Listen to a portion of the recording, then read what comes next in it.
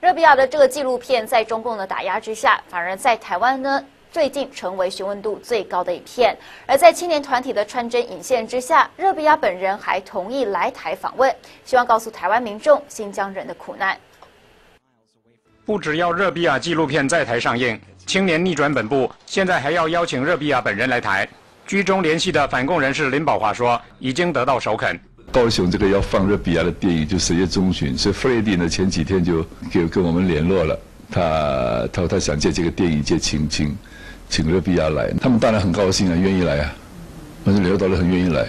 热比亚来台谈自己的故事，也谈新疆被打压的现况。又一位中共眼中的异议分子即将访台，使政府的态度再度成为焦点。就是依法办理嘛。热比亚他争主权、争人权，他爱民主自由。 他跟台湾人是志同道合，理念相近。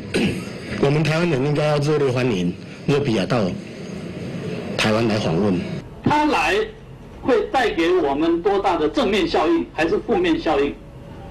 所谓两害相权取其轻，两利相权取其重。我们有必要在这样一个敏感的时间做这样的事情吗？ 立委多少点出了政府的顾忌，热比亚是否应该来台，终究要回归道德层次，到底要人权还是要虚幻的利益？新唐人亚太电视综合报道。